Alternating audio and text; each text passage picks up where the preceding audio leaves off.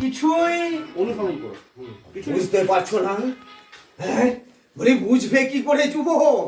তোমার হৃদয়ের অনুভূতির সূক্ষ্ম তারগুলো যে ছিঁড়ে গেছে, যদি থাকতো তাহলে তুমি বুঝতে পারতে আমি কে, কেন কেন আজ আমি রিক্ত নিঃস্ব সর্বহারা হয়ে পথে পথে ঘুরে বেড়াচ্ছি।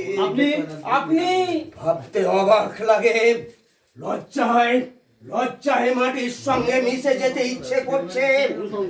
এই দেশেতেই জন্মেছিলেন নেতাজি সুভাষচন্দ্র, বীর সন্ন্যাসী বিবেকানন্দ, বাঘা যতীন, ক্ষুদিরাম, মাস্টারদা সূর্য সেনের পাদস্পর্শে যে দেশের মাটি একদিন ধন্য হয়েছিল, সেই দেশের মাটিতে কি করে জন্ম নিল ওইসব ভীরু কাপুরুষ অযোগ্য সন্তানের দল, যারা শুধু নিজেদের সুখ ভোগকেই বড় করে দেখে।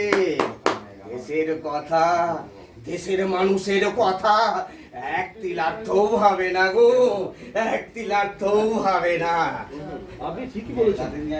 আপনি ঠিকই বলেছেন। মানুষ আজ স্বার্থের শেকলে বাঁধা। মানুষ আজ স্বার্থের শেকলে বাঁধা। দিকে দিকে শুধু একটাই প্রতিযোগিতা। দিকে দিকে শুধু একটাই প্রতিযোগিতা চলছে, কে কাকে কতখানি ফাঁকি দিতে পারে। কে কাকে কতখানি ফাঁকি দিতে পারে।